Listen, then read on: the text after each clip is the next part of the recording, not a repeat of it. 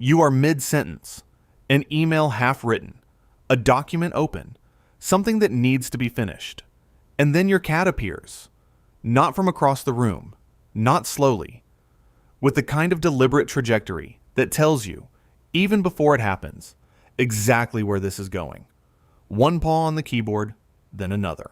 Then they are simply sitting on it, or walking its full length like it is a path they have traveled 100 times, which it is. A string of characters appears in your document that you did not type. You lift the cat, set them aside, return to the screen. 30 seconds later, they are back.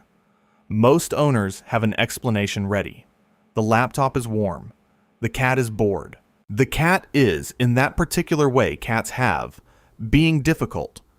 These explanations are not wrong exactly, but they are incomplete in a way that matters.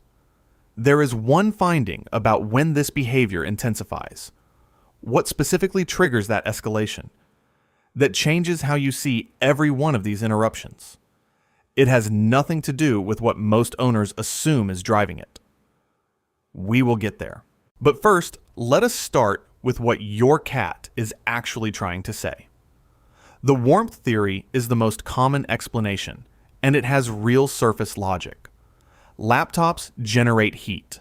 Cats seek heat. The conclusion writes itself.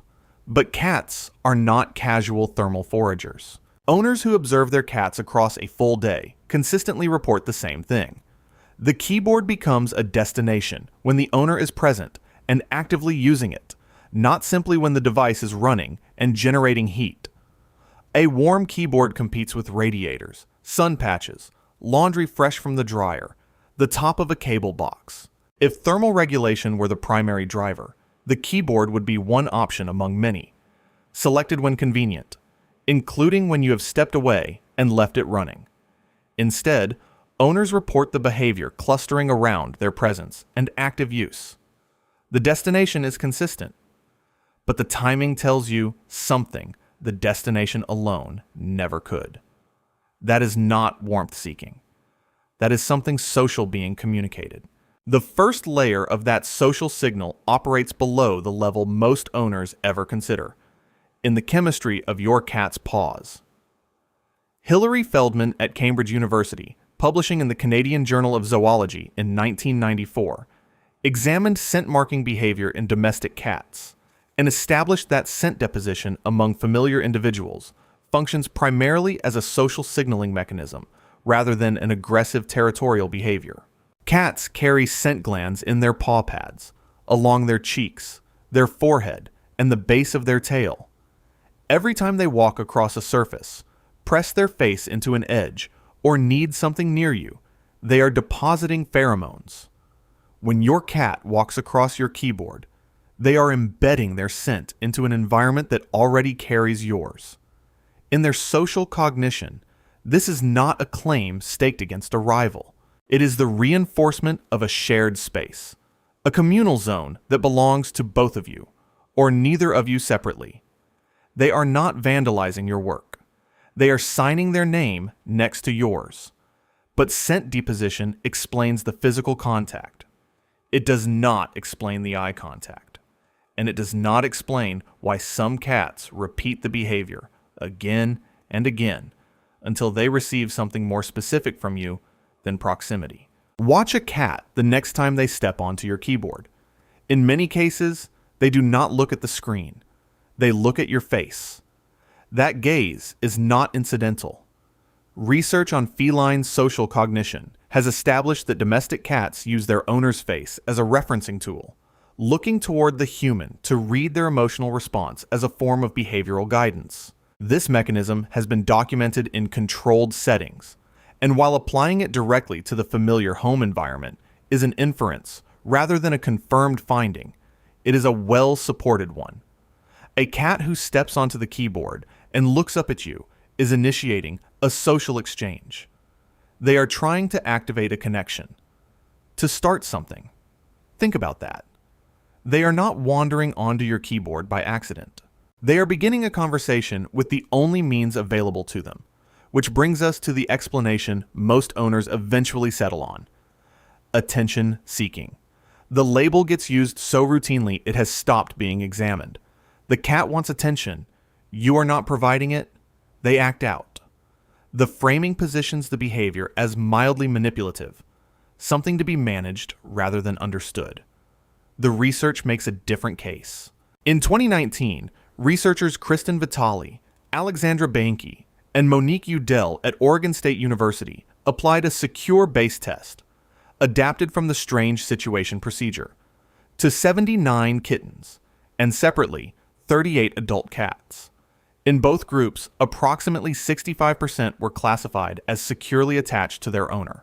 The strange situation procedure was originally developed to assess attachment in human infants by Mary Ainsworth, and had since been adapted to confirm attachment in dogs.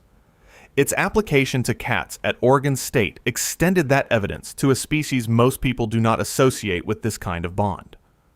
What the secure base classification tells us is this: a securely attached individual is not behaving manipulatively when their attachment system activates. They are doing what attachment systems are built to do, seeking proximity to a safe person at a moment when connection feels unavailable. The cat who returns to the keyboard after being moved is not being stubborn. Their attachment system is doing exactly what it was built to do. The behavior is not about the keyboard at all. Now, consider where your cat positions themselves when the keyboard stops being enough. Often, directly in front of the screen. Owners tend to read this as obliviousness. The cat simply does not know they are in the way. But the feline visual system was built around a specific inherited priority. Cats possess a reflective layer behind the retina, called the tapetum lucidum, and a visual system with a high proportion of motion-sensitive cells. A biological architecture shaped across generations of predatory ancestors for whom registering movement was survival critical.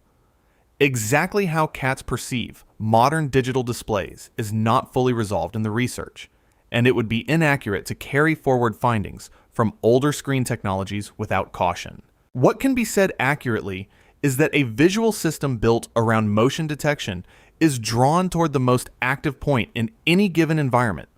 That point also happens to sit between you and the thing that has been occupying you. All of these behaviors, the walking, the scent deposition, the sustained gaze, the placement in front of the screen, form a coherent pattern when examined together. Each one is oriented toward the same objective: social contact with you. The scent says this space is shared. The gaze says I am initiating something. The position in front of the screen removes the barrier that has been holding your attention elsewhere.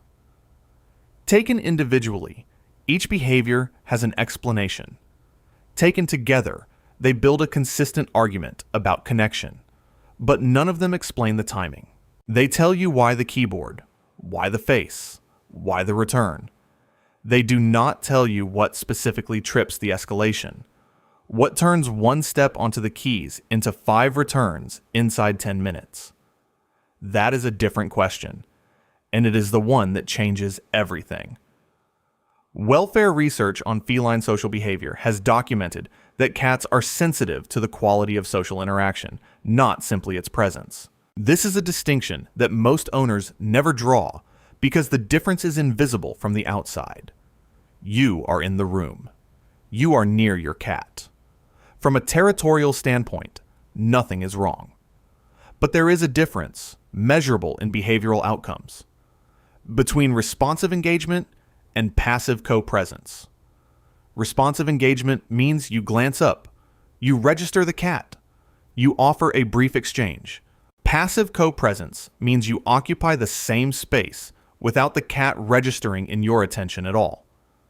A cat sitting near an owner who is absorbed in a screen is experiencing something categorically different from a cat sitting near an owner who is periodically, genuinely present.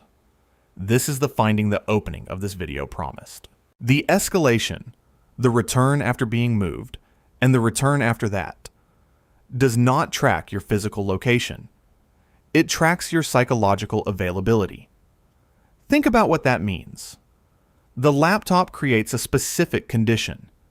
You are in the room, but unreachable. Your cat's attachment system has not registered abandonment. It has registered something more precise, presence without access, and the return to the keyboard is not random persistence. It is the only available repair. The cat has learned, through accumulated interaction, to detect the quality of your attention even when you are sitting 2 feet away. They have mapped you carefully enough to notice when you have left the room without your body following. Every time they step back onto those keys and look up at your face, they are doing the only thing they know to do about it. Not stubbornness, not mischief, a precisely calibrated read on someone who has been paying much closer attention than you ever realized. If you want to understand what your cat is doing when they stare at you from across the room and then slowly look away, that behavior has a name in the research, and what it means is not what most people think.